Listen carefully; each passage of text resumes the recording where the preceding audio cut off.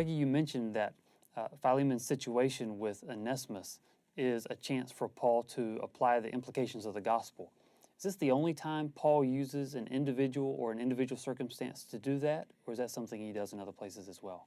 Well, I mean, he sees, it begins with himself.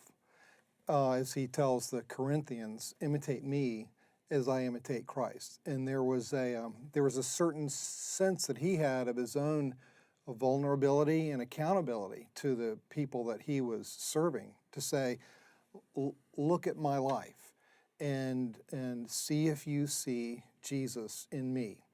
He's going to write to Timothy about how in 1 Timothy, about how his own being, chief of sinners is case in point of the fact that Christ came in mercy for sinners and not for righteous people.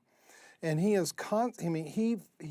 feels like the gospel should be embodied in our lives from beginning to end. And so he is not at all afraid to point to his own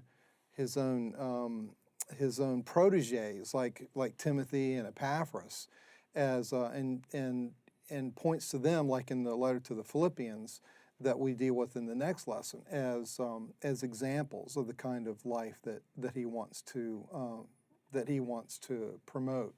So Philemon needs to understand, and I think rightly in Paul's eyes, that he, like Paul, has been benefited tremendously from the gospel and is himself in a position either to benefit people who are dependent upon him or not to do right by them and not to benefit them, and thus in his own being be a denial of the gospel. And I think in one respect, all he's doing with Philemon is putting before him the responsibility to think about how his behavior and how he works out his matrix of relationships either reflects the gospel or denies the gospel.